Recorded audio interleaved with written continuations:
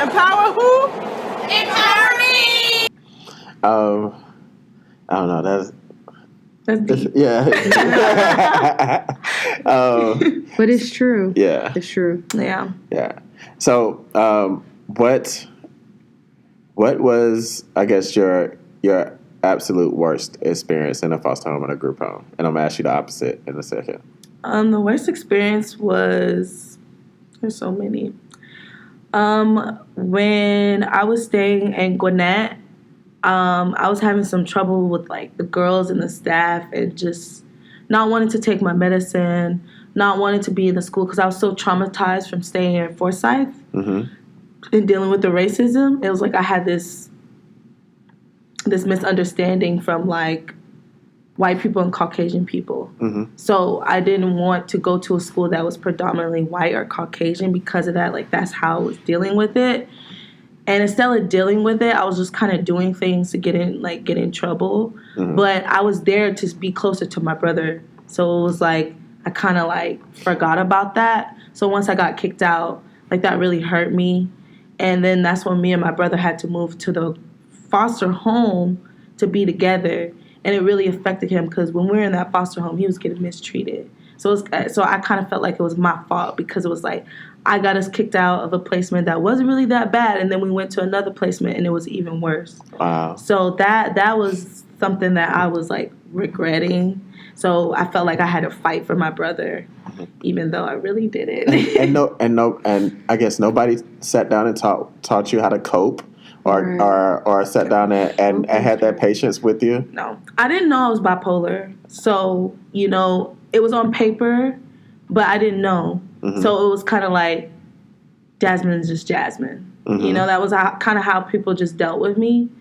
And it's just like, you need to take your medicine. You need to take your medicine so you can act right. And it's like, what? I don't want to take this medicine. It makes me feel weird. So I feel like that's how most foster care youth are dealt with. A lot of problems. It's just like, just take your medicine and you will feel better. But it was like, actually, I feel freaking crazy. I feel like I want to scream. And it's not like you can not take your medicine. But being in the foster home, especially where you're getting mistreated, it's easier to not take it. But it definitely didn't help, like, being off and on and then moving around. So it's kind of like I'm still going through that in my adult life. Like, moving around and then trying to stay on my meds, it was just not working. It wasn't working. Oh, wow. So, and you don't know if your brother received like any real help, like, because I can only imagine going through the situation that he went through, and then you fighting for him. I hear what you're telling me, but I also had to think about like how did he experience that? Yeah. He told me he knew that I was bipolar. Cause he said he just figured because my mom has it, my grandma has it, so many people in my family have it. So he said he felt like he knew. So he said he tried to protect me as much as he could, but we was always separate. But till this day, he doesn't deal with it. He doesn't talk about it. If you bring it up, he just kind of brushes it off, like, oh, it's just life, So no, I don't think he ever really got the proper help that he needs, because if he did, he wouldn't have signed himself out to go like save my mom's life. Right. And I guess knowing what you know now, do you think proper training for either the first place in Forsyth or the place that you went to after that, if the staff had the proper training, do you think that that would have made a difference, or do you think they just didn't care? Yeah, I feel like, especially the foster homes, because it's like when you're younger, it's easier, but when you get older, shit gets real, and then it's like, if you don't bond with those people, they could easily tell you to leave. Imagine if you're having troubles at your home and you're about to age out of care. It's not, you don't really have a choice. So I felt like even when I was aging out of care, I was like, either I'm going to go to school or I'm going to just figure it out, go to IOP. But I really, really did not want to live. I really didn't want to feel like I was in the system. Like I wanted to gain my individuality. So even though everybody was like, don't go to SCAD, it's too expensive, I fucking took my ass to SCAD. Like I was like, nah, I'm gonna have to go do something different. And there's not a lot of foster care youth who go to our school. Like, Right. I literally was the only one. They were like, because I would think that, like, I know a lot of kids, they like art. That's kind of like an escape for them. So yeah. If I didn't start making art, I would still have anger problems. Like, my bipolar would probably be off the chain. Like, I literally go in my room and I scream and I paint and I throw paint, throw the canvas. I really get intimate. So I can't imagine, like, if I would have never gotten to art when I was, like, around 16, my mental health would just be, like, I would still be that little girl, like, lashing out, fighting people, and, like, arguing with people, kind of not understanding what's going on with me. I feel like art is the only thing that really zen. Yeah. Like, makes me zen, like. And I feel like I can touch on that because as a foster care case manager, I also do art. So I feel you in that aspect. I think my biggest thing for my kids, because I have babies to 18-year-olds getting ready to make that transition. I'm so big on finding what you love to do. My dad had instilled in me since I was young to, find what you love to do and you will never work again. Mm-hmm. So my passion clearly is kids, because DFACS in itself, I'm definitely not here for the paycheck. I'm not here for, getting to know people in that sense, mm-hmm. but they're like my family members now because we spend the long hours in the office. And on behalf of DFACS, as a foster care case manager, I apologize for the mistreatment, the miscommunication, not having those conversations with you so you know what's going on with your mental health. Mm-hmm. Your brother, not knowing what's going on with him. Mm-hmm. Like, I almost want to cry because these are things that I'm, like, really passionate about with my kids. Like, sidebar, I had a sibling group of 3. This was a case that I inherited. So whole bunch of shit hit the fan, stuff was happening, and I get the case. These kids had always been placed in different places, but they're siblings. Mm-hmm. And even talking to biological mom, I'm like, hey, I'm the new case manager, going on. And not once did she tell me this kid on my caseload who has the same last name as 2 other kids is her child. Mm-hmm. And I'm just like, so is this your kid? And she was like, oh yeah. And I'm like, when were you going to say this, man? And, so I'm just like, siblings, it's such a big deal because that's your first bond. Like, yes, you have mom and dad, but siblings, it's like, different because they get it. Yes, like they get it. And so how that situation ended up playing out was because they had always been placed apart from one another. Their foster parents got attached, wanted to adopt separately, and DFACS's policy, we don't want to separate the kids, but technically we already had them separated. Right. So we go in front of the judge trying to make our case. And he shut everything down. Oh, yeah. He was like, this is on y'all. Mm-hmm. Y'all separated them. Mm-hmm. We're going to keep it this way because they have these connections. Because she sees mom and dad as her family and their mom and dad is this family. It's done. Mm-hmm. And I was so hurt because I'm just like, once they're adopted, our hands are not in that pot. Mm-hmm. So who's to say that they're like, yeah, y'all are related by blood, but you're my kid now. You don't have to see this sibling. Yeah. That's it. I've seen that before, too. So that was, like, something that has always stuck with me. That was one of the hardest lessons I've learned since being a case manager.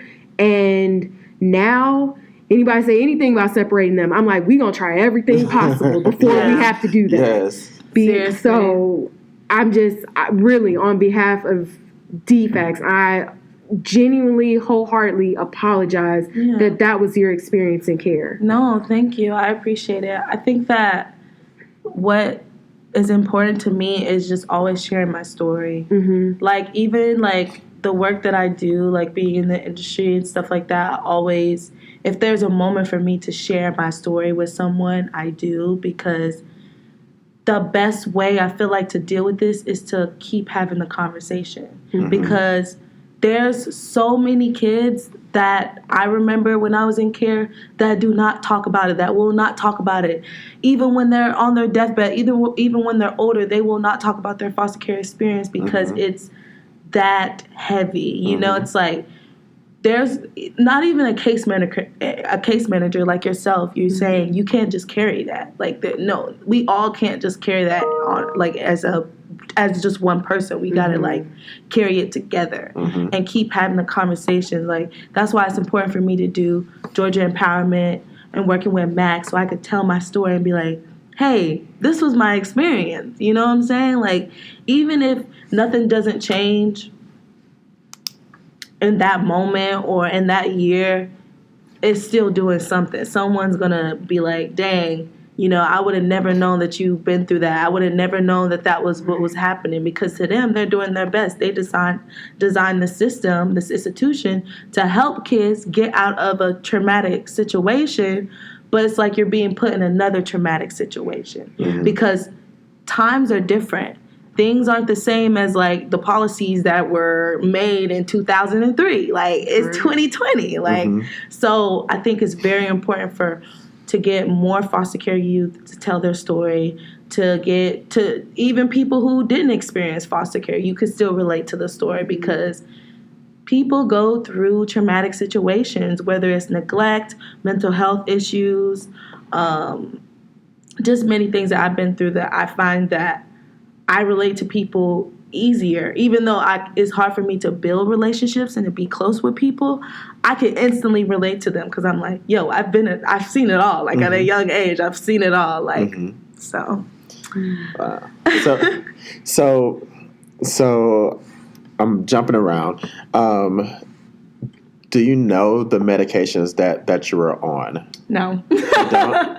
No, especially when I was like fighting a lot. That was really like a dark time in my life. One of the dark times. And when I was in foster care, like I didn't know I was bipolar. So I would go to school and I would just hit people, like, for no reason. Like, I would just walk up to even when I was in alternative school, I got kicked out of one alternative school, I had to go to another one because I was just fighting. I didn't understand. And it would be like, I'll go see the therapist, talk to them. You know, they knew what medication I would take and they would change my medicine. So that was the only thing I was aware of, is when they were changing my medicine. And I knew if when I was seeing a therapist that my medicine was possibly being changed or lower, or they were going to raise it, or they was going to like try to pair two pills together. So, yeah. And so because we've been talking about bipolar and everything for a minute, because it's like a part of who you are and part of your story. But for those that may be listening, whether it's the youth, the foster parent, or what have you, what is bipolar? So bipolar disorder, there's two different types. There's type 1, which is not as intense as type 2. So when you're bipolar,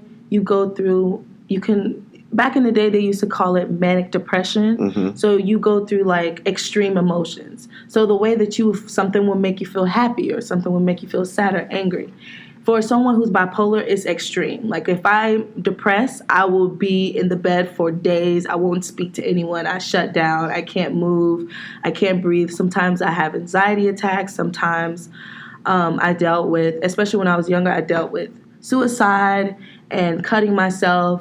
That was just a way that I was like expressing those extreme emotions. So to someone, it's like, why are you cutting yourself? Why are you trying to kill yourself? Why are you, But it's like when you're bipolar, those are like how you deal with situations that are just like different, because you're experiencing extreme emotions really fast, like in 5 minutes. Like type 2 is a little bit more intense. Like my mom and my grandmother had type 2. So it's where it's like, that's even quicker, the way you experience mood swings, but it's super extreme, like super extreme. And usually when you have type 2 bipolar, they usually try to keep you on medicine. If you have type 1, you can manage without medicine if you're on therapy or whatever, but I feel like there's another way to deal with bipolar disorder, because I've seen people like my family, multiple of them who don't take medicine and they're coping, they have kids, but the social norm is when you're bipolar, since you're experiencing extreme emotions super fast and you don't know what they're going to do or how they're going to react, they usually turn to taking medication, which for me didn't work. It never worked because of how unstable I was and because I moved around a lot and because no one knew where my paperwork was. It was kind of like I would have a manic episode and it's like, oh, well, there goes Jasmine again. We got to get her into therapy. We got to get her on some medicine because she's tweaking and she's fighting. So that was my experience. I was diagnosed with bipolar disorder. I found out 2 years ago. I never knew until 2 years ago.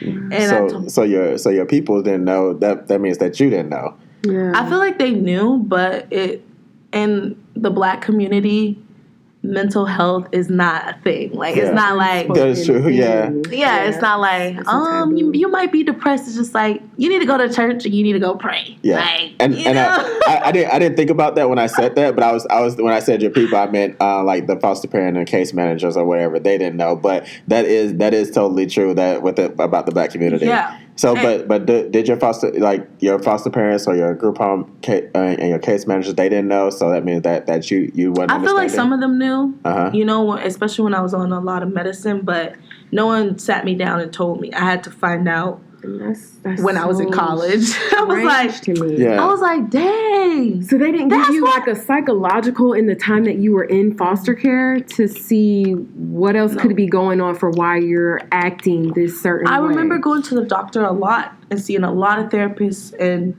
that was like my experience, but the doctor never told me. They would tell my case manager or whoever I was living with, the group home, the foster parent, but it was never a conversation like, hey, like this is what's going on with you. Which is so weird. And just like, you need to take this medicine so you can stop fighting people. So I can do my job. You know? Yeah. So what is the best experience that you had at a foster home or a group home? Going to art school, aging out of care. They was like, you sign yourself in, you can get all this money. And I'm like, I need that money so I can go to foster care. My first year was paid for. I was getting a stipend. They was sending me care packages. It was probably one of the best moments in my life where I really felt like people cared about me. People really wanted to see me succeed, especially like all the things that I was dealt with in foster care was like, dang, that was kind of worth it because like if I was at home with my mom, I would never be able to go experience, going to SCAD and being at art school. Just really like, I've always been like introverted and weird. So I really like felt apart. So that was like probably one of the best situations that happened. Such a positive outlook. Because I'm sitting here looking at you like, who are you? Like, are you the same girl who just walked in here? And you're like, Jasmine. Like she punched me in my mouth. Right. So that's dope. That is so dope. That was a great experience for me. I really just, I asked my foster mom, I was like, I don't want to take medicine. I just want to focus on school because my grades were bad. Some of my transcripts were missing. It was just like a really bad situation. I was just like, I'm going to take AP art. I'm going to draw. I'm going to paint. I'm going to just do what I have to do to get in this art school. And I started my junior year. So by the time I was in my senior year, all these art schools was coming to my high school to see me, to recruit me. And I was just like, yeah, that was kind of worth it. I'm gonna take some of your art and I'm gonna attach it to this stuff. So yes, when I die, go ahead and sell it for $1 million. So I do want to run back. So, what is the difference between a suicide attempt and self-harm? So self-harm to me is more so when you are doing things to kind of like hurt yourself. Mm-hmm. For me, it was cutting. Some people, I feel like self-harm can also be drug abuse in a way. Mm-hmm. Taking a lot of drugs, you're not necessarily trying to die, but you're definitely pushing it. Just want to feel something. Right. Mm-hmm. And suicide attempt is when you're actually attempting to kill yourself. So that could be some people try to hang themselves, some people try to drown themselves. So, but I feel like a lot of people get confused with it because it's so similar. Yes. But it's kind of two different things because I feel like self-harm is like a temporary fix, and actually suicide is like actually trying to like cut the cord, Yeah. Yeah, and so I only ask that because I know sometimes I do some work with DBHDD and things like that, and kids or younger people they get in a lot of trouble because they want to feel something or whatever, and people take it the wrong way or what have you. So I definitely want to like bring awareness around that particular issue. How would somebody, because I know I can't even blame the staff, because how does someone know the difference? I feel like when someone is suicidal, it's more it's a little bit more intense. It's about the things that they're saying actually, especially if they have a plan to hurt themselves. That I would say is someone who's a little bit more suicidal. Okay. Someone who's just kind of hiding the fact that they're hurting themselves. They don't necessarily have a plan to kill themselves, but if they're definitely hurting themselves and they're kind of hiding it and they're kind of like doing it repetitively, they don't necessarily want to die. They're just kind of like coping. Yeah. Because I struggled with that at a very young age, and then when I got older, it became like suicidal. And so, what if somebody would have noticed you self-harming? What did you want them to say or do to you to help you? Give me a hug. Like, I feel like even now I'm not a touchy-feeling person. I try to be a hugger. I'm more of a hugger now, but like growing up, I was not like a hugger. I was not like an affectionate person. Even like in a romantic relationships, not really as intimate as I struggle with that part.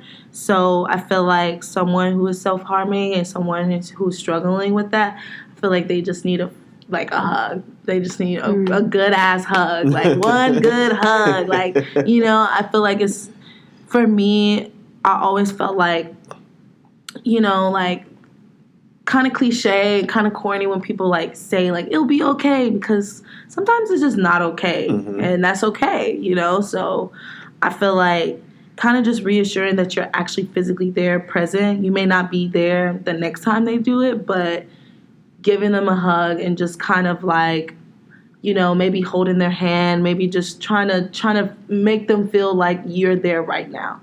I don't feel like there's anything that you could really say to help that person, but more so just like physical support.